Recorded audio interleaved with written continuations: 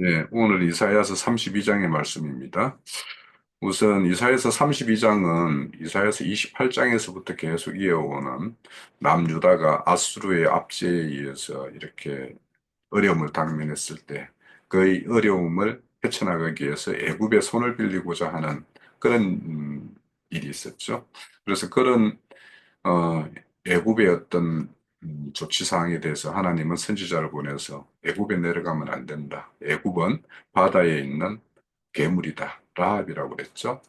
그리고 너희들이 지금 현재 이전에 어떤 어려움을 당했을 때 아수르의 손을 빌렸다가 현재는 그 아수르에 의해서 너희들이 이렇게 어려움을 당하고 있지 않느냐. 네, 마찬가지로 너희들이 지금 애굽에 내려가서 애굽의 도움을 구하게 되면 지금은 당장에 도움이 되겠지만 그 이후에는 애굽이 또 너희들을 괴롭게 하는 그래서 그들로 인해서 너희들이 수치를 당하는 그런 일이 있을 것이다라고 반복적으로 선지자를 통해서 이렇게 경고하고 독려하고 그랬었죠. 그러면서 이제 우리가 이전 주 다루었던 이사야서 31장에 보면 하나님이 너희들이 내가 경고하고 권면하는 내용을 너희들이 돌이키지 않으면 어, 토기장이가 토기 그릇을 깨듯이 너희들을 깨어버릴 것이다라는 말씀과 함께 너희들이 조용히 잠잠히 돌아서서 하나님을 신뢰하면서 그의 구원을 기다린다라면 하나님 역시도 너희들이 이런 어려움을 너희들의 어떤 소견대로 행하고자 하는 그것들이 다 끝나서 이제는 어쩔 수 없구나 하는 그때를 기다리고 있는데 하나님의 기다림과 너희들이 하나님께 소망을 두고 그 하나님의 구원을 기다리는 그것이 딱 맞아떨어지게 되면 하나님은 너희들에 대해서 새로운 산길을 열어주실 것이다 라고 하는 것이 우리 이사야 31장에서 그 보면 너희들이 하나님을 소망 두고 그의 어떤 구원을 기다린다면 그분은 너희들을 사자가 자기 먹이를 움키고 지키듯이 너희들을 그렇게 지켜줄 것이다 라고 말씀을 했고 또 어미새가 새끼새를 이렇게 보호하듯이 그렇게 너희들을 보호하실 그런 것들을 이렇게 앞서서 31장에 말씀하셨어요. 그런 왕이 오실 것이다 라고 하는 것이 32장의 말씀인데 32장에서 오실 한 왕, 이거는 이제 역사적으로는 가깝게는 히스기야 왕, 요시야 왕이 그런 어떤 역사 현장에서 개혁적인 그래서 하나님의 어떤 뜻과 합치되는 그런 왕으로 다스리고 통치를 했었죠. 그렇지만 이 오실 왕은 궁극적으로 완전한 평강, 의의 왕이 오실 것을 대한 어떤 예언의 말씀이에요. 그래서 우리가 이사야서를 보면 이사야서에 몇 가지 특징이 있어요. 우선은 오실 메시아 대망 사상에 대한 어떤 그런 것들을 통해서 이렇게 어려움을 당면한 하나님의 어떤 백성들에게 산 소망을 주기 위해서 그런 어떤 오실 메시아에 대한 내용을 많이 언급하고 있고 그 오신 메시아에 의해서 이루어질 세계를 새 하늘과 새 땅으로 이렇게 표현한 부분이 많이 있죠. 그리고는 곳에서 이런 하나님의 어떤 새하늘 새 땅에 참여할 자들이 어떤 자이냐? 그거는 남은 자다. 그래서 우리가 앞서서 말할 때는 30장, 31장에 거쳐서는 너희들이 조용히 잠잠히 그를 신뢰하면서 그를 구원을 기다린다라면 그런 자들이 남은 자이고 그런 자들이 메시아의 어떤 특별한 은혜를 받아서 새하늘 새 땅에 참여하게 될 것이다 하는 것이 이사야서 전체적으로 이렇게 이루어가는 어떤 말씀이에요. 그래서 우리가 그 이사야서에 따르고 있는 그 오실 메시아에 대해서는 몇 군데 찾아보면 이사야서 2장에 보면 그가 열방 사이에 판단하실 것이고 많은 백성들을 판결하실 것인데 최종적으로 칼을 쳐서 보습으로 만들 것이고 창을 쳐서 낫을 만들 것이다라는 이런 평화의 왕, 살렘의 왕 이런 모습으로 오실 것을 말씀하고 이사야서 4장에 보면 그날의 여호와의 싹 이렇게 말씀하고 또 이사야서 11장에도 보면 이새의 줄기에서 한 싹이 날 것이다 라고 이렇게 말씀하죠. 그래서 이제 이런 어떤 그 오실 메시아에 대한 사상이 있고, 특히 이제 7장에 보면 처녀가 잉태할 한 징조를 보여주는데, 처녀가 잉태하여 아들을 낳을 것이고 그 이름을 임마누엘이라 하리라 하는 말씀이 이제 이사야 7장에 있는데, 이 내용은 우리가 복음서를 통해서 그것이 그대로 실현되는 것이 우리가 확인을 할 수가 있죠. 그리고 이사야서 9장에 보면 한 아기가 나고 그에는 어깨에 정사가 매여 있고 그 이름은 기묘자요, 묘사요, 전능자요, 영존하는 아버지요, 평강의 왕이라. 이렇게 해서 그 오실 메시아에 대해서 우리에게 더 구체적인 어떤 소망을 주고 있죠. 그래서 앞서서 말했듯이 11장에 보면 그날에 이새의 뿌리에서 한 싹이 나서 그가 만민의 기치를 세울 것인데 열방이 그 기치 아래로 다 모여서 올 것이고 그곳에서는 하나님의 영화가 있을 것이다 라는 말씀이 있어요. 그래서 하나님께서 이렇게 친히 오셔서 자기 민족, 자기 백성들을 이렇게 구원하실 것에 대한 그런 그 소망에 대한 어떤 내용이 특히 이사야서에는 이제 이렇게 곳곳에 이렇게 언급이 되고 있죠. 그런 어떤 일련의 어떤 연장선에서 이사야서 32장에는 바로 31장에서 그 먹이를 움키는 사자 또는 새끼를 돌보는 어미새 그런 그로 표현된 그 왕이 오실 것이다라는 내용을 좀 더 상세하게 이렇게 언급을 하고 있는 부분입니다.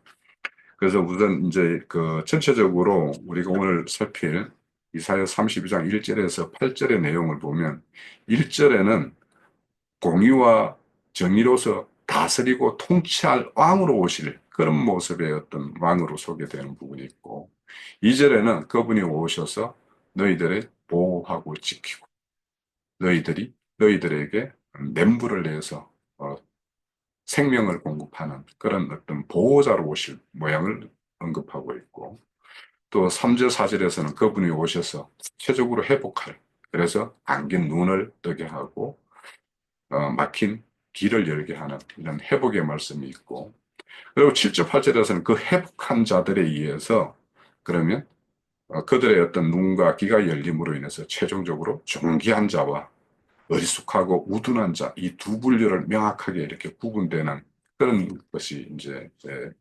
일어나고, 그래서 너희들의 눈이 열리고 귀가 열리면 너희들은 최종적으로 존귀한 자, 그 자의 어떤 길을 그렇게 행하는 그 일에 참여하는 자가 될 것이다라고 하는 것이 이제 이사야서 1장에서 1절에서 8절까지 내용이에요.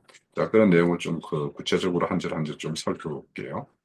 우선 1절에 보면 보라 장차 한왕이 공의로 통치할 것이요 방백이 정의로 다스릴 것이며 이렇게 나오는데 장차 한왕이 올 것이다 라고 하는데 이 장차는 그래서 어, 장래에는 요시아 왕과 같은 그런 왕 또 이제 궁극적으로는 예수 그리스도의 어떤 의의 왕 이렇게 오실 것을 말씀하는데 그분이 공의로 통치할 것이고 정의로 그 방백들을 세워서 정의로 다스릴 것이다라고 말하는데 이 공의로 통치한다 할 때 이 통치가 말라크라 해가지고 왕으로서 통치한다라는 거예요. 그럼 왕은 절대적인 기준을 이렇게 딱 설정을 하고 그것을 이제 실질적으로 모든 것을 이제 모든 온 나라에 이렇게 적용하는 것은 그가 세운 어떤 신하들.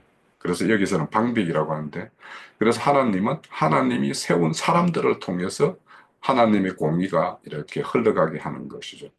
그래서 공의라는 것은 하나님이 설정한 명백한 기준이에요. 그래서 하나님의 하나님의 그 옳음을 명확한 기준으로 설정해가지고 이렇게 기준 삼는 것이라면 정의라는 것은 그것을 각 곳에 이렇게 적용하는 것이 되겠죠. 그래서 이제 이 공의라는 것은 절대적인 기준이기 때문에 왕에게만 적용되는 것이고 그 정의라는 것은 그것이 흘러가서 하나님의 의가 이렇게 이루어지는 어떤 그런 방면을 이렇게 말씀을 해요. 그래서 공의라는 것은 어떤 척도 이런 것을 생각하면 되겠고 정의라는 것은 그것을 이렇게 접목시키는 실질적인 어떤 적용 부분이다 이렇게 생각을 하면 좀 될 것 같아요. 그래서 이제 정의라는 것은 그 하나님의 기준을 바르게 애곡됨 없이 정직히 이렇게 적용하는 것이 그 일을 맡은 방백들의 어떤 책임인 거죠. 그래서 여기에 그 하나님의 공의를 접목시키는 과정에서 불이 불법이 없게 하는 것. 그것이 이제 하나님의 속한 사람들이 행할 일인데 이것이 하나님의 공의나 정의를 잘못 오해하게 되면 그것이 잘못 적용이 되어서 하나님의 공의가 이렇게 훼손되거나 변질되게 만드는 그런 불법을 행하게 되죠. 자, 그래서 우리가 이 부분에서 이제 한번 살펴볼 것은 우리가 하나님의 어떤 공의와 정의를 말할 때 세상에서는 근성징악이라는 말이 있죠. 그래서 선을 권하고 악에 대해서는 징벌을 행한다 이런 말이 있는데 하나님의 말씀만큼 선에 대한 어떤 거, 악에 대한 거, 그 어떤 처우에 대해서, 조치에 대해서 명확하게 세우는 것이 성경보다 더 명확하게 세운 것이 없어요. 그래서 우리가 하나님의 어떤 공의, 정의를 말하면서 우리가 하나님은 사랑의 하나님, 은혜의 하나님, 뭐 이런 어떤 아주 중요한 방면이 있죠. 하나님의 어떤 그 방면. 그런데 이 하나님의 정의와 공의는 하나님의 어떤 사랑과 은혜가 흘러갈 곳은 그것이 흘러가고 또 하나님의 어떤 불의 불법하는 데에는 하나님의 어떤 징계와 징벌이 흘러간다라는 것이 명확하게 이렇게 설정된 것이 하나님의 어떤 공의와 정의의 세계예요. 그래서 우리가 하나님을 증거할 때는 하나님의 어떤 한량없는 어떤 사랑과 은혜의 어떤 하나님을 우리가 잘 알고 있고 그렇게 증거하는 것이 맞죠. 그 방면에 그렇게 하나님의 정의와 공의를 세우기 위해서는 반드시 불의 불법에 대해서는 엄중한 심판을 행한다라는 이 방면도 우리가 소홀할 수가 없어요. 특히 우리가 선지서는 보면은 그 하나님의 백성들이 하나님에게 대해서 합당치 않은 일을 행할 때 그때 하나님은 특별히 하나님 뜻을 전하기 위해서 선지자를 세우는데 그때는 대부분 하나님 앞에 불이 불법이 이렇게 드러났을 때 선지자를 보내기 때문에 오히려 경고와 심판에 대한 어떤 내용들이 훨씬 많아요. 그래서 선지서의 어떤 내용을 볼 때는 사랑의 하나님보다는 더 엄중하고 엄격한 하나님의 어떤 심판의 하나님이라는 어떤 부분이 더 이렇게 강조될 수밖에 없어요. 자, 그래서 우리가 하나님의 어떤 그 성품, 그분의 어떤 행사를 전할 때는 우리는 구원이라는 한 방면, 그리고는 심판이란 한 방면, 이 두 방면을 잘 균형 있게 이렇게 전거를 해야지 하나님의 온전한 공의와 정의가 이렇게 세워지는 것이지, 사랑만 이렇게 한다고 해서, 또 그렇다고 해서, 또 심판만 이렇게 강조한다는 이런 것들도, 치우침이 있으면 하나님의 어떤 공의와 정의의 세계가 훼손당할 수가 있기 때문에 우리는 이런 부분에 대해서 이제 좀 명확한 기준을 세워야 된다. 저는 이제 이 한 예를 들어볼게요. 이 공의를, 하나님의 공의를 세운 거. 저는 이제 약속의 자녀 이삭이, 리브가를 통해서, 리브가 태중에 하나님이 구민족이 이렇게, 잉태되었다라는 걸 말씀을 해요. 그런데 이제 우리가 로마서에 보면 에서와 야곱을 이렇게 말하면서 야곱은 사랑했고 에서는 미워했다라고 이렇게 표현이 되어 있어요. 그래서 거기 또 내용에 보면 그들이 을을 행하거나 뭐 불의를 불법을 행하기 이전에 그렇게 택했다라고 이렇게 말씀이 되어 있어요. 그러면 이거를 어떤 사람은 이렇게 태어나기도 전에 선택이 되었고 어떤 사람은 태어나기도 전에 이렇게 하나님으로부터 이렇게 택함으로부터 유기된 어떤 그런 상태인가 그걸 말하고자 하는 건가 하는 것을 우리가 생각해 볼 때 우리가 앞서서 두 민족이 이렇게 잉태되었다라고 그래요. 그러면 뭐냐면 에서와 같은 그런 어떤 계통의 어떤 정신세계를 이루는 어떤 민족이 있고 야곱과 같은 그런 정신세계를 이루는 어떤 민족이 있을 것인데, 그래서 약속의 자녀 이삭에게도 이런 대별되는 두 민족이 날 수 있다라는 것을 우리에게 보여주고, 하나님은 에서와 같은 그런 민족들, 그런 어떤 계통, 그런 정신세계를 이룬 자들은 미워하고, 야곱과 같은 그런 민족의 어떤 정신세계를 이루는 어떤, 그래서 하나님의 손길에 의해서 이렇게 어, 양육되는 그런 생명세계는 하나님이 사랑한다라는 이런 측면에서의 어떤 공의로서 어떠한 민족은 사랑하고 어떠한 민족은 미워한다라는 어떤 이런 어떤 기준을 세웠다라는 측면에서 봐야지 한 인간을 선택하고 유기했다라고 본다라면 그것은 하나님의 어떤 말씀하는 어떤 의도와 뜻과는 맞지 않다. 그래서 예선을 같이 생각을 해보면 그 사람은 될 사람이에요. 그래서 그 어떤 세상적인 눈으로 보면은 그가 스스로 자기 힘으로 모든 것을 들짐승을 잡고 사냥하고 자기 어떤 생계 수단을 다 이렇게 책임지고 하는 세상 말로 말하면 자수성가한 사람이에요. 잘 나가는 사람이에요.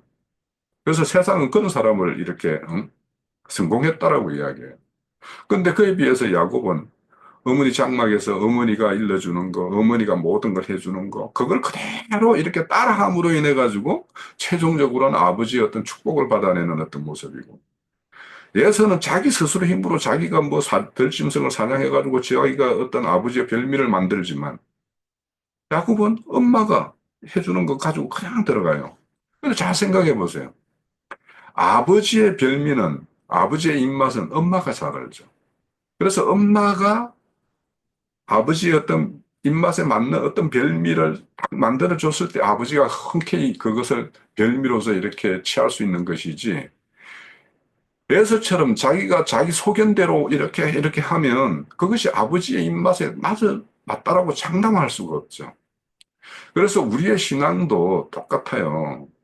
우리의 어떤 길라잡이, 그러니까 아버지에 대해서 가장 잘 아는, 그래서 성령께서는 모든 것을 통달하신다고 그랬어요. 그래서 우리는 성령님의 인도에 따라서 아버지에게 합치되는 것들을 내는 그런 사람이어야지 내 소견대로 내 좋은 것을 내가 이렇게 드림으로 인해서 아버지는 뭐 기뻐 받으실 거다라고 생각을 하면 이것이 성경에서 말하는 그 어떤 우리의 어떤 바람직한 신앙과 전혀 다른 어떤 걸로 나아가는 것이죠. 그래서 우리가 예서와 같은 민족, 그런 어떤 정신세계, 그런 신앙을 추구하는 그런 자들이 있는가 하면 야곱처럼 어머니에 의해서 가르침을 받고 어머니에 의해서 저런 축복은 받지만 하나님은 그 축복하는 전제 조건으로 뭐냐면 그를 실질적으로 그런 어떤 강한 생명력, 그 어떤 축복을 감당할 수 있는 그런 생명력으로 길러내는 작업을 그 이후에 해요. 그래서 우리는 믿음으로 어렵다라는 것은 당연한 하나님의 어떤 진리의 말씀인데 믿음으로 어렵다라고 한 그 사람에게는 그 믿음이 무엇으로 이끌냐면 그 믿음이 합치되는 그런 생명의 소유자로 만드는 작업을 그 이후에 하나님께서는 행하시는 거예요. 그래서 하나님의 공의와 정의라는 것은 하나님의 공의에 의해서 너는 어렵다라고 판단을 받았어요. 그렇지만 그것이 실질적으로 적용되는 어떤 정의의 부분에서는 그를 그런 어떤 의로운 인물로 하나님 순수 하나님의 손길에 의해서 그런 인물로 길러내는 거예요. 그래서 야곱이 어머니의 어떤 인도에 따라서 아버지의 축복을 받고는 그 다음부터는 어머니 품을 떠나게 해서 그런 어떤 풍성한 생명력으로 이렇게 자라게 하는 그 20년의 어떤 가정을 외삼촌 손에 이렇게 붙여서 그래서 그런 생명으로 길러서 다시 드리는 거예요. 이것이 하나님의 일이에요. 그래서 우리가 하나님의 공의와 의를 이야기할 때는 그냥 단순하게 옳고 그름이의 어떤 그런 문제가 아니라 이런 하나님은 그런 합치되는 그런 걸로 이렇게 최종적으로 만드시고 이끌어내신다라는 거예요. 그리고 이제 하나님의 의를 이야기할 때는 하나님은 이 우주 만물에 존재하는 모든 것들에는 낸 목적이 있어요. 이유가 있어요. 또 우리는 많은 사람들 중에서 하나님의 어떤 부름을 받은 자예요. 그럼 부른 이유가 있어요. 그리고 하나님께서 불러서는 그를 교회 가운데 이렇게 양육하고 이렇게 생명이 성장하게 하는 어떤 그런 과정을 겪어요. 그럼 그렇게 한 이유가 있어요. 그러면 그 이유에 합당하게 그의 어떤 모든 것이 이루어지면은 그것을 뭐라고 해요. 그래서 이 만물은 모든 것이 존재하는 목적이 있고 존재한 목적대로 존재하다가 온 곳으로 가는 것이 하나님이에요. 그러니까 예수님이 내가 아버지께로 가 너희들이 나를 다시 보지 못하는 것이 하나님의 의다라고 한 것은 예수님이 이 땅에 오셨어요? 오신 목적이 있어요? 그분은 이 땅에 오셔서 우리의 대속제물로 최종 덜어짐으로 인해서 덜어짐이 되고 그 다음 다시 다른 보혜사 성령으로 오는 것까지가 그분에게 이렇게 주어진 일이에요. 그러면 그분이 육신을 입고 와서 할 일을 다 마치고 이제는 너희들이 육신의 그 예수님을 보지 못하는 상황, 그 상황이 맞을 때까지 된 것이 하나님의 의라는 거예요. 그러니까 하나님의 의는 반드시 예수님은 육신으로 와서 죽임을 당하고 그 죽음에 의해서 우리 모든 그를 믿는 자에게 살 길을 열어주는 그 일을 다 마치고 아버지께로 갔기 때문에 의예요. 그래서 그런 차원에서 그러면 우리를 불렀고 우리를 교회 중에 이렇게 풍성한 생명으로 성장케 했고 그러면 이 생명을 이런 생명의 소유자를 통해서 하나님은 무엇을 얻기를 원하는가를 생각을 해야 되는 거예요. 그래서 성경에는 달란트 비율에서 5달란트, 2달란트 뭐 이렇게 해서 장사하게 하고 머나에 비유해서도 머나를 이렇게 하나씩 주어가지고 장사하게 해요. 그래서 우리는 그의 어떤 생명을 값없이 나눠주는 그런 어떤 사업을 해야 될 자들이에요. 그러니까 이 사업에 내가 어떻게 참여하고 그 결과로 어떤 열매를 이렇게 얻어서 아버지께로 이렇게 돌려드릴 것인가. 이것까지를 우리가 생각을 해야지 우리가 의의 길을 알고 의의 길을 행하는 자가 되는 것이지.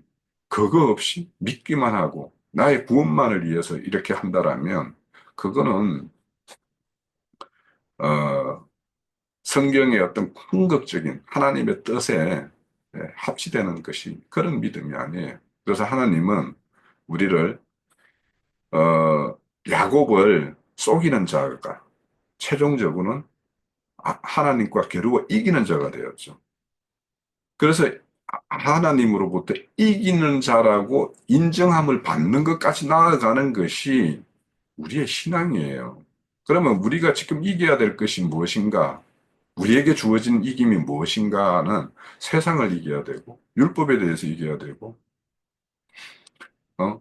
이런 어떤 모든 어떤 저주의 어떤 그런 세력들, 그런 세력들과의 어떤 싸움에서 우리가 이겨야 되는 거죠. 그래서 우리는 그들을 이겨서 오히려 저주가 축복이 되게 하는 어떤 그런 일을 담당했을 때 우리는 하나님이 우리에게 기대하고 소망하는 그 일을 행하는 것이 돼요. 그래서 우리 히브리서에 보면은 이렇게 이슬비를 내려줬을 때 그것을 잘 흡수해서 바가는 자가 기대하는 그 열매를 내는 것. 그랬을 때 그 자에게는 축복이 있고 그 의에게는 보상이 있죠. 그래서 하나님의 공의는 정확한 의에 대해서는 보상을 하고 또 불법에 대해서는 심판을 하는 것이 하나님의 어떤 공의와 정의라는 것을 우리는 명확하게 알아야지 우리가 그 세계에 합치되는 어떤 그런 신앙을 할 수가 있어요. 근데 이제 이런 걸 보면 그 세상에 보면 악인이 더 형통한 것 때문에 고민하는 사람이 있었죠. 뭐 하박국 선지자 같은 경우도 있고 또 아삽의 어떤 시편 73편에 보면 어떻게 해요? 하나님의 속한 자들은 이렇게 뭔가 이 질고를 당하는데 저 악인들은 더 형통합니까? 해가지고 그것에 대해서 하나님에 대해서 이렇게 궁금해하고 알기를 원하는 그들에게 이제 말씀을 하죠. 그래서 최종적으로 우리의 어떤 하나님의 공의와 정의는 이 땅에서의 어떤 모든 것으로 이렇게 종결되는 것이 아니라 그리스도의 심판대에서, 백보자 심판대에서, 그 심판대에서 하나님의 정의와 공의가 최종적으로 이렇게 평가된다라는 것을 우리는 또 한 면에서 이제 이렇게 인식을 해야지 이 하나님의 정의와 공의에 대해서 우리가 좀 명확하게 알 수 있다라고 생각이 돼요. 자, 2절에 보면 또 그 사람은 강풍을 피하는 곳, 폭우를 가리는 곳 같이 같을 것이며 마른 땅에 냇물을 낼 것이며 곤비한 땅에 큰 바위 그늘과 같으리라 이렇게 말씀하는데 여기는 그런 강풍, 강풍은 여기에서 말하는 강풍이라는 건 미친 바람이에요. 미친 듯이 불어오는 바람을 강풍이라고 해요. 그리고 폭우는 쏟아지는 뭐 그죠? 모든 걸 이렇게 휩쓸어 갈 것 같은 그런 것을 이제 폭우라고 이야기하는데 그러니까 이런 것들은 실질적으로 어떤 생명을 앗아가는 것들이죠. 이 강풍과 폭우라는 것은. 그래서 이런 것들을 우리가 이제 여기에서 강풍과 폭우라는 걸 이해하려면 예수님이 오셨을 때 그 시대에 무엇이 이렇게 강풍처럼 또 폭우처럼 이렇게 모든 것을 이렇게 한 그 시대를 풍미했는가를 알면은 왜 예수님이 그때 그렇게 오실 수밖에 없나? 그런 자들에게 이렇게 강풍과 폭우로부터 이렇게 피할 처소가 되기 위해서 이렇게 오셨는가 하는 걸 생각을 해보면 예수님 오셨을 때 그 유대 땅에는 유대교 교리에 의해서 모든 사람이 씨름할 때예요. 그들은 모세에게 준 그 율법에 대해서 또 자신들의 그 어떤 인간적인 열심을 대해서 뭐 600 몇 가지를 대해서 그렇게 모든 사람들이 그 율법이 그 일상의 모든 생활에 이렇게 지배됨으로 인해 가지고 모두가 그것이 무거운 짐이 되어 있던 그 시대 아닙니까? 그래서 예수님이 이 땅에 오셔서는 짐진 자들아 내가 오라 내가 너희들에게 힘을 주겠다 쉬게 해주겠다 그렇게 말씀. 그러니까 그 시대 때 그들이 무엇 때문에 실험을 하고 무엇에 이렇게 힘겨워했던가를 알면은 그 유대교 율법이 예, 하나님을 애곡시켰고 그래서 하나님에 대해서 그들이 신음하는 어떤 그런 부르짖음이 있을 때 예수님은 오셨던 거죠. 애굽 땅에서 그들의 어떤 부르짖음을 듣고 하나님이 모세와 아론을 보내서 그들을 이렇게 불러냈듯이 그 유대 땅에 그들의 어떤 부르짖음을 듣고 예수님이 이 땅에 왔었는데 그때의 그 부르짖음은 유대교에 의해서 핍박당하고 이렇게 했던 그 베다니 마을의 그 마르와 마르다와 마리아와 그 나사로 그 형제들 그 형제 자매들이 얼마나 하나님께 이렇게 탄원을 했겠어요. 그들은 예루살렘으로부터 이렇게 버림당하고 쫓겨나서 감남산 언저리에서 이렇게 겨우겨우 이렇게 살아가는 어떤 그 모습일 때. 그래서 이 시대에도 이제 우리와 같은 하나님의 어떤 공의와 정의를 아는 사람들이 그 정의와 공의를 저버리고 그렇게 불의불법으로 이렇게 하나님의 백성들을 이렇게 압제하는 그런 현장을 볼 때 우리는 그들의 어떤 음, 탄원을 우리가 듣고 또 주님께 그들의 어떤 구원을 이렇게 간구하는 어떤 그런 모습들이 이 우리의 어떤 모습이어야 되겠죠. 자, 그래서 그때 유대교의 어떤 그런 것들이 이렇게 했을 때 거기에 실험했던 사람들, 그 사람들의 어떤 심령이 뭐냐 하면 마른 땅과 곤비한 땅과 같았어요. 그래서 마르다, 마리아와 나사로와 같은 그 베다니 마을 그 사람들이 이 마른 물과 같았고 마른 땅과 같았고 곤비한 어떤 땅과 같았어요.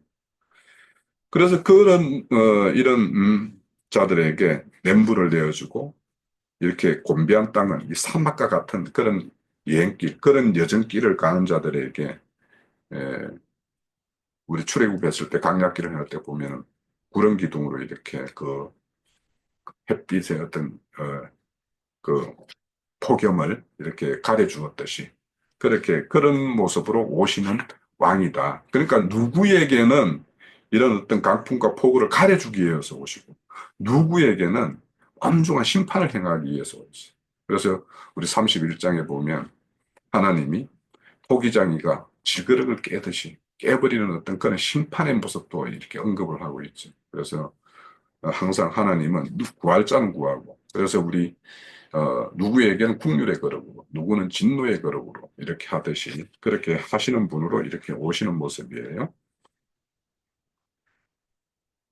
자, 그 3절에 보면 보는 자의 눈은 감기지 않을 것이요 듣는 자의 귀는 기울일 것이며. 그래서 이 보는 자는 그분이 그 마른 땅과 곤비한 땅으로서 이렇게 실험하는 자들에게 와가지고 냇물을 내어주고 그늘이 되어주고 그렇게 하는 그 하나님의 은혜를 맛본 자들은 아 지금까지 예루살렘에서 그 랍비들 그 율법사 서기관들이 하나님에 대해서 이렇게 전개했던 이런 말들이 아 그것이 아니었구나. 예수님이 와가지고 그렇게 가르쳐준 새로운 가르침에 따라서 뭐냐면 감겼던 눈이 열리고 닫혔던 귀가 열리는 이런 것이 되는 거죠. 그러니까 우리가 하나님의 어떤 은혜의 어떤 맛, 이 맛을 보지 않으면 이렇게 우리의 어떤 과거의 어떤 눈이라고 생각하고 열린 귀라고 생각했던 거 이것이 그냥 그대로 이렇게 지속되지. 그런데 하나님이 특별히 내려주는 그 은혜의 맛, 마른 땅에 냇물을 흘려주는 것과 같고 뜨거운 태양열 밑에서 이렇게 실험할 때 그 빛을 이렇게 막아주는 구름 기둥과 같은 그런 은혜를 맛볼 때, 아, 이분이구나 하고 새로운 눈이 열리고 새로운 귀가 열리는 거예요. 그래서 이렇게 하나님의 어떤 공의와 정의가 흘러가고 그래서 그분에 의해서 이런 모든 걸로부터 이렇게 해방된 새로운 어떤 기쁨을 맛본 사람들은 그의 눈이 감길 수가 없죠. 그의 귀가 닫힐 수가 없죠. 더 좁고시 세우고, 더 똑바로 보게 되고, 더 이렇게 주목해 보게 되고, 이렇게 되는 것이죠. 그래서 이렇게 눈을 뜨고 있고, 귀를 열고 있는 모습은 경성한 어떤 신앙이라고 있는, 늘 깨어 있는 어떤 신앙이라고 할 수 있는데, 이런 사람들이 결국에는 나중에는 하나님의 어떤 도성을 지키는 파수꾼이 되는 거죠. 그래서 파수꾼은 정말 눈이 열려 있어야 되고 귀가 열려 있어야 돼요. 그래서 하나님이 보여주는 것이나 들려주는 것이나 그것들을 잘 이렇게 전달해서 하나님의 뜻대로 이렇게 보호 가운데 거할 수 있게끔 그렇게 하는 것이 파수꾼의 역할이죠. 그래서 이 파수꾼의 역할은 나중에는 성벽이 어디가 허물어졌어. 무너지려고 배가 불뚝 나와. 그러면 30장에 보면은 꼭 남유다가 하는 짓이 무너질 담이 이렇게 배가 부르륵하게 나온 것 같다라고 그러죠. 그래서 이 파수꾼은 늘 담벼락이 어딘가 부수가 나온 데가 없는가 이렇게 살피는 일을 하게 되고 또 어디에서 이렇게 구멍이 나 있으면 그것을 막아야 되겠다라고 하는 거예요. 그래서 우리가 교회 중에 파수꾼이라고 하는 것은 우리 교회 중에 우리 지체들이 뭐 어떤 어려움으로 이렇게 신음을 하고 있는가. 그런 것들에 대해서도 늘 열린 자세로 이렇게 들어주기도 하고 위로해 주기도 하고 실질적으로 도와줄 수 있는 어떤 손길이 있으면 내 손을 열어서 도움도 주시는 거예요. 그렇게 했을 때 그게 진정한 파수꾼이에요. 그래서 우리가 오늘 이렇게 보는 눈이 감기지 않을 것이요 듣는 귀가 듣는 자가 귀를 기울일 것이다라는 것은 우리가 하나님의 어떤 은혜의 맛봄으로 인해서 새로운 눈이 뜨이고 새로운 귀가 열렸을 때 그 자는 그런 길로 이렇게 나아갈 수 있게 되는 것이죠. 자, 사절에 보면 조급한 자의 마음이 지식을 깨닫고 어눌한 혀가 민첩하여 말을 분명히 할 것이다. 여기 조급한 자라는 말은 다른 말로 하면은 경솔히 이렇게 행하는 그런 마음을 가진 자예요. 그러면 경솔히 행한다라는 것은 자기 생각이 이렇게 앞서는 것을 이렇게 말하겠죠. 그런 자가 하나님의 눈이 열리고 하나님에 의해서 눈이 열리고 귀가 열리게 되면 이런 조급한 자가 마음의 지식을 깨닫는다라는 거예요. 그러면 이거는 눈과 귀는 항상 모든 것을 이렇게 인식하는 어떤 가장 어, 그 인식의 어떤 도구예요. 그래서 뭔가 보거나 뭐가 들리면 그것은 반드시 내 마음 안에 뭔가가 작동을 시키게 되어 있어요. 그래서 이런 어떤 하나님에 의해서 눈이 뜨이고 귀가 열렸으면 이 자는 이제는 무엇이 하나님께서 우리에게 원하시는가 이런 데다 이제 관심을 갖게 되겠죠. 그러다 보면 아 이것이 사건이 하나 지나가고 두 개가 지나가고 하면서 경험이 쌓이고 하나님이 원하시는 것이 무엇이구나. 어떨 때 하나님은 우리에게 참 기쁨으로 이렇게 보응을 해주시고, 어떨 때는 하나님이 우리를 어떤 징계로 이렇게 행하시는구나. 이런 것을 알므로 인해 가지고 우리는 하나님의 온전한 어떤 지식을 깨닫게 돼요.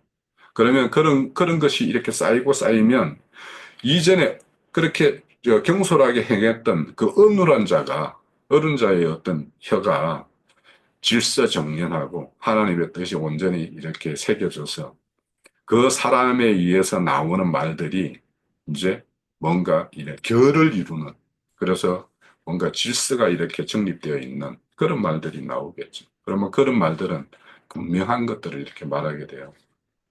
저는 이제 이런 것들을 생각할 때 우리가 성경의 말씀을 이렇게 증거하거나 할 때 그냥 즉흥적으로 이렇게 하는 말들도 뭐 하나님의 어떤 계시가 임하면 할 수가 있죠. 그렇지만 우리가 좀 이렇게 느긋하고 하나님의 어떤 말씀이 내 안에서 이렇게 숙성이 되는 어떤 그런 시간 보냄이 저는 필요하다고 생각해요. 그래서 이런 것이 결국에는 이 조급함이 아닌 하나님의 경솔함이 아닌 말씀에 대한 경솔함이 아닌 하나님의 어떤 뜻에 합치되는 어떤 걸로 이렇게 익혀가는 어떤 과정. 그래서 그런 것들을 우리가 가질 필요가 있어요. 그래서 저도 이제 제가 이제 집회에 참여하는 때 정거에도 이렇게 참여하는 어떤 그런 것이면 저는 가능하면은 주초에 이렇게 모든 것을 다 이렇게 정리해서 한 주 동안 거기에다가 살을 붙이고 다듬고 어떤 하나님의 어떤 의도를 좀 이렇게 더 이렇게 가깝게 접근된 어떤 그런 말씀을 이렇게 찾아보려고 노력은 하고 있어요. 뭐 그렇지만 제가 이렇게 명석하지를 못해서 모든 것을 이렇게 명쾌하게 이렇게 정리하지는 못하는 부분도 있습니다만 가능하면 그래서 이 우리도 좀 하나님의 어떤 깨달은 지혜가 이렇게 익어서 그래서 그것이 좀 질서정연한 어떤 증거가 되어서 듣는 사람들로 하여금 그 말의 의도와 이런 것이 왜곡 없이 전달될 수 있도록 그렇게 하는 어떤 그런 것이 필요하다고 생각이 돼요. 자, 그래서 우리는 항상 이 조급하면 이 마음속에 이렇게 콩당콩당콩당 하는 것이 있죠. 막 이것저것이 이렇게. 그런데 우리는 하나님의 어떤 그 가르침은 우리가 이렇게 뭔가로 이렇게 하고 뭔가가 이렇게 분주하면 하나님의 어떤 세미한 음성을 듣지를 못해요. 그래서 우리가 하나님의 어떤 세미한 음성을 들으려면 내가 어떤 조용한 어떤 심중의 어떤 평안 가운데 있을 때 그 하나님의 어떤 가르침이 이렇게 찾아와서 그 본의를 우리에게 알려주시는 부분이 있기 때문에 그래서 우리가 늘 조급함이 아닌 좀 이렇게 느긋함을 가지고 하나님의 어떤 뜻을 헤아리는 그런 것이 참 필요하고 그랬을 때 그에게 나오는 어떤 메시지는 좀 더 분명하지 않을까 이런 생각을 합니다. 자, 그래서 이제 하나님이 길을 열어주고 눈을 열어주고 길을 열어서 이렇게 듣게 하고 그 마음의 어떤 지혜를 깨닫게 되면 그래서 뭐 말은 그의 혀에서 나오는 말은 하나님의 어떤 뜻에 합치되는 말이 나올 것인데, 그래서 우리가 이제 말씀해 보면, 네 안에 선이 가득하면 입에서 나오는 것은 선한 말이 나올 수밖에 없고, 네 안에 악한 걸로 가득 차 있으면 나오는 것은 악한 말밖에 나올 수 없지 않냐라는 것이 이제 우리 복음서 말씀에도 있잖아요. 그래서 우리가 이런 어떤 하나님이 열어준 어떤 눈과 귀를 가져서 그가 우리에게 보여주는 것들을 좀 더 명확하게 이렇게 예, 좀 시간을 들여서 이렇게 느긋한 정리된 말씀들을 우리가 가질 필요가 있다라는 생각을 합니다. 그랬을 때 이제 이렇게 깨달은 지식이 있고 모든 것이 분명해졌을 때에는 5절에 보면 어리석은 자를 다시 존귀하다 부르지 아니하고 우둔한 자를 존귀한 자라 말하지 않을 것이다. 그러니까 이런 하나님이 어떤 깨달은 지식을 가지고 있고 이것들이 조용히 이렇게 정리되는 어떤 그런 과정들이 겪게 되면 어리숙한 것이 무엇이고 우둔한 것이 무엇인가를 다 명확하게 나누고 존귀한 자가 어떤 것인가를 명확하게 경계를 나눈다는 거예요. 그런데 이게 우리가 뭔가 이렇게 하나님이 열어준 어떤 눈과 귀가 없으면 우리가 깨달은 지식이 사람의 지식이 되어가지고, 그래서 무엇이 어숙하고 무엇이 우둔한 건지, 무엇이 존귀한 건지, 이것이 명확하게 구분이 안 되죠. 그런데 이렇게 하나님 지혜를 주셔서 다시는 어리숙한 자와 존귀한 자를 이렇게 혼돈하지 않는 명확한 이 가름말을 타는 어떤, 그래서 우리 말씀에 보면 말굽이 갈라진 거 이런 말씀 하죠. 그래서 이거를 하기 위해서는 우리가 가르침을 받아야 되고 참 기쁨이 무엇인지를 우리가 배워야 돼요. 그래서 우리가 주님이 이 땅에 오셔서 행하신 일 보면 회당에 나가서 가르치는 일이 가장 우선시했어요. 그래서 그분께서는 지금까지 너희들이 배운 것이 무엇이 잘못되어 무엇이 하나님의 어떤 본의의 어떤 말씀인지를 이렇게 하나하나 이렇게 가르쳤죠. 그래서 그분이 그렇게 가르치듯이 우리도 배운 것이 있고 바른 것을 가지고 있으면 가르쳐야 되고 또 우리가 배워야 될 것에 대해서는 성심을 다해서 이렇게 배워야 되는 거죠. 그리고 이제 그분은 어, 천국 복음을 전파했다고 해요. 그래서 우리가 하는 일들은 땅의 일이 아닌 하늘의 일. 그리고 복음이라는 기쁜 소식이니까 무엇이 기쁜 소식인지, 무엇이 참 기쁨인지 이런 거에 대해서도 명확하게 우리가 알려줘야지 그 허무한 것들에게 의해서 이렇게 농락당하고 그것이 참인 줄 알고 이렇게 하는 어떤 그런 우를 범하는 자들로부터 그 자들을 그런 걸에서 이끌어내야 되는 것이 우리에게 주어진 책무 아닙니까? 그리고는 이제 이런 세상 일이나 종교 체계 안에 있는 그런 사람들은 많은 걸로 이렇게 병들어 있고 상처받아 있는 부분이 있어요. 그러면 그런 분들에게는 우리는 하나님의 어떤 치유의 말씀, 또 격려의 말씀, 이런 걸 전해서 그들을 새롭게 또 이렇게 세우는 일까지도 우리가 해야 되는 것이 이제 이런 어리숙함과 존귀한 자를 나누는 일에 우리가 그렇게 나누었다라면 그런 나눌 수 있도록 다른 사람들의 눈을 열어주고 길을 여는 일에 우리가 또 함께 해야 될 부분이 있죠. 자, 여기 또 6절에 보면 어리숙한 자는 어리석은 자는 어리석은 것을 말하며 그의 마음에 불의를 품어 간사를 행한다 이렇게 되어 있어요. 자, 하나님은 공의와 정의를 이렇게 품게 해서 그걸로 이렇게 행하게 하는데 이 어리숙한 자, 어? 이 자는 마음에 불의를 품고 간사를 행한다라는 거예요. 그러니까 불의를 행한다라는 것은 의를 모르니까 불의를 행할 수밖에 없죠. 의라는 것은 하나님이 나를 왜 이런 어떤 사람을 냈으며 또 그 많은 사람 가운데 내가 왜 하나님의 어떤 부름을 받았으며 또 하나님이 교회 중에 우리의 어떤 그 말씀으로 이렇게 양육을 했으며 그 양육된 그 생명으로 무엇을 원하는가 이거를 모르면 모든 것이 그 사람에게서 나오는 것은 불의일 수밖에 없어요. 그래서 그걸 모르면 그게 어리숙한 자예요. 그리고는 그 사람이 행하는 뭐 어떤 것들이 그 하나님의 참된 뜻을 헤아리지 못하면 너를 불렀고 너를 이렇게 세운 목적을 알지 못하면 불의를 행할 수밖에 없고 그 하는 일마다 뭐냐면 궁극적으로는 간사한 일이 돼요. 모든 중심은 자기에게 유익이 되는 거예요. 그래서 우리가 행하는 이 존귀한 자들은 무슨 일을 해도 이 일이 하나님에게 영광이 되는가, 영화가 되는가, 하나님 나라에 뭔가 보탬이 되는가, 거기에 해함이 되는가, 이런 것들을 기준으로 이렇게 판단을 해야지 그게 존귀한 자일 거예요. 그래서 존귀한 자의 대표자가 예수님 아닙니까? 예수님이 이 땅에 오셔서 뭘 하셨어요? 그래서 우리가 이런 간사함을 가진 자와 하나님의 어떤 정의와 공의를 품고 있는 자, 이런 것들은 우리가 그 사람의 어떤 그런 행동 방식이나 그 사람이 궁극적으로 추구하는 어떤 삶의 어떤 그런 방식들을 조금만 면밀하게 살펴보면 그냥 드러나요. 그래서 말씀 증거도 뭘 위해서 증거를 하는가? 정말 이게 하나님 나라를 위해서 하는 건가? 교회를 위해서 하는 건가?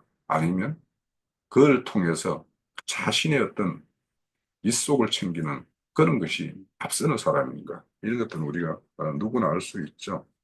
그래서 이런 간사를 품은 사람은 결국에는 하나님의 어떤 대의에 거스를 수밖에 없고, 그러다 보면 그들에게 맡겨진 자들, 그래서 줄인 자들, 목마른 자들, 이런 자들에게 막 먹을 것과 마실 것을 주라고 그런 자들을 세웠지만 그들에게는 먹을 것과 양식이라는 것이 아니라 오히려 더 그걸 먹음으로 인해서 배고프고 더 가람만 더하는 그런 것들을 준다는 거 아니에요? 그래서 사마리아 성 그 수가성 여인을 만나서 예수님이 그 여인이 만났던 지금 지나간 5명, 현재 있는 그 한 사람, 그 모든 자가 다 이 어리숙한 자들이라는 거예요. 그리고 그 속에는 불의와 이런 간사가 이렇게 자리 잡고 있다라는 거예요. 그러니까 그를 찾아가서 배고픔을 채우고 목마름을 이렇게 해가를 받기 위해서 갔지만 그것을 해소하지 못하니까 그 우물가에 또 나와 있는 그 여인을 주님이 만나 주심으로 인해서 그의 어떤 가랑과 배고픔을 채울 수 있는 생명의 양식과 생명의 음료를 이렇게 공급하는 말씀이 우리가 요한복음의 4장에서 그 여인을 만났고 6장에서 산뜻과 하늘에서 내리는 산뜻과 참 음료에 대해서 이렇게 증거를 주시는 걸 우리가 알 수가 있죠. 자, 이와 같이 그를 찾는 자들에게 거기에 합치되는 어떤 것을 주는 것이 아니라 자기의 어떤 간사함을 이루는 그런 것들로 이렇게 채우는 자, 그게 어리숙한 자인데 그 자들을 어, 구분 못하면 그들에 의해서 더욱 갈취당하고 압제당하고 최종적으로는 허무한 것을 이렇게 의뢰하는 자가 되어서 그리스도 심판대에 섰을 때 그들이 그 억울함을 호소한들 때는 너지리가 되는 거죠. 자, 7절에 보면 악한 자는 거르기 약하며 악한 계획을 세워 거짓말로 가련한 자를 멸하며 가난한 자를 자가 말을 바르게 할지라도 그를 멸한다라는 거죠. 거리함이라. 그러니까 가난한 자가 찾아와서 자신의 어떤 그 배고픔과 줄임과 목마름을 이야기하면 그에게 거짓으로 이렇게 압제를 한다는 거예요. 결국에는 그것이 쏙느냐 쏙지 않느냐는 앞서서 말했더니 하나님이 의의 왕이 오셔가지고 그의 눈을 열어주고 귀를 열어주기를 원하는데 그분에 의해서 눈이 열리고 귀가 열린 자는 이런 거짓을 분별해서 분명하게 존귀한 자의 어떤 길을 택하겠지만 그렇지 않으면 악한 자에 의해서 늘 이렇게 압제하고 멸함을 당하는 것이죠. 그래서 악한 자의 거릇이 하는데 거릇은 뭐 우리 잘 알다시피 사람을 이렇게 거룩으로 표현하는 거고 바울 사도는 이방인을 위한 나의 택한 그릇이다라고 해요. 그래서 사람을 이렇게 거룩으로 표현하는데 그 그릇이라는 의미는 거기에는 무엇을 담느냐에 따라서 결정이 된다라는 거죠. 그래서 악한 영에 의해서 악한 것을 담으면 그가 계획하는 것은 모든 것이 불법으로 나아가고 거짓된 걸로 나아가서 결국에는 파멸로 이끌게 되는 것이고 그 그릇에 존귀한 그분의 어떤 생각과 마음으로 이렇게 가득 채워져 있으면 그 사람은 그냥 살아가는 방식대로 그대로 이렇게 살게 되면 자연히 그에 의해서는 참 음료와 참 떡이 이렇게 흘러나오게 되어 있어요. 그래서 우리는 무엇을 채우고 무엇을 어, 이렇게 배설하는 자가 될 것인가 하는 것은 어떤 영, 어떤 무리에서 어떤 영에 의해서 어떤 공급을 받느냐 그걸로 체험을 받느냐라에 따라서 이렇게 결정된다라는 것을 우리가 알 수가 있어요. 그래서 우리가 이 앞서서도 전개했듯이 에서와 같은 그런 노선의 길은 진노의 거룩이에요. 근데 야곱과 같은 노선을 가게 되면 하나님의 긍휼의 거룩으로 그에게는 하나님께서 어, 사랑을 더하시고 은혜를 더하시고 그래서 최종적으로 그의 생명을 존귀한 자와 이렇게 온전히 연합을 이루어서 존귀한 일을 하게끔 하는 그런 걸로 나아가겠죠. 그래서 8절에 보면 존귀한 자는 존귀를 계획하나니 그는 항상 존귀한 일에 쓰리라 이런 말씀이에요. 그러면 존귀한 자 앞서 대표가 뭐냐면 예수님이에요. 그러면 예수님이 오셔서 무슨 일을 했냐? 그게 예수님이 행한 일이 존귀한 일 아니에요? 예수님은 뭐예요?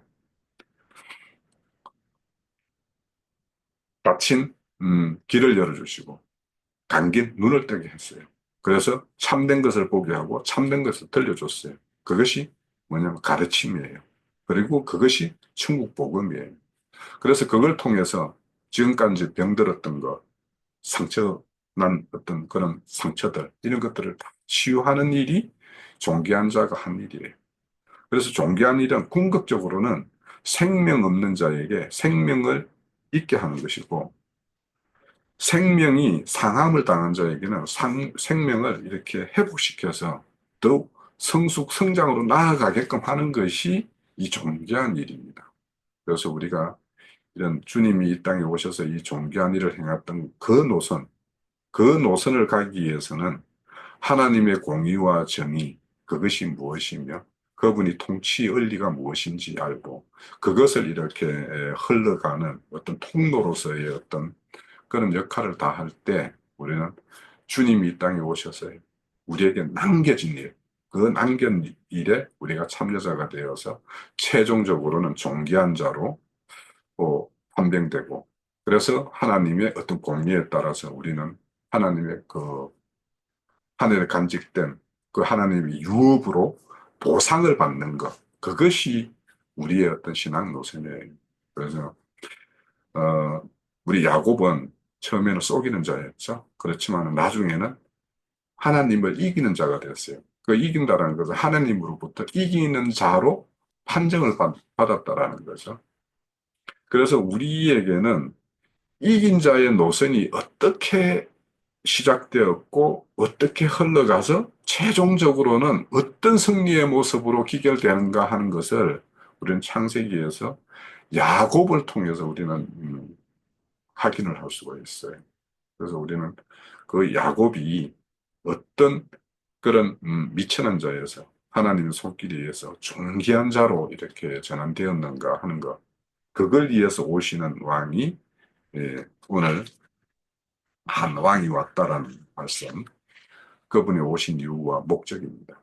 그래서 우리가 그의 뜻에 부합하는 그런 어떤 신앙관을 가지고 하나님의 어떤 공의와 정의의 세계가 우리에 의해서도 더 이렇게 만방으로 흘러가는 그런 어떤 통로가 되는 것을 우리는 추구하는 그런 신앙이 되었으면 하고 32장은 우리에게 그런 것을 제시해 주는 산소망을 품게 하는 그런 말씀이라고 저는 생각을 합니다. 자, 제 증거는 마칩니다.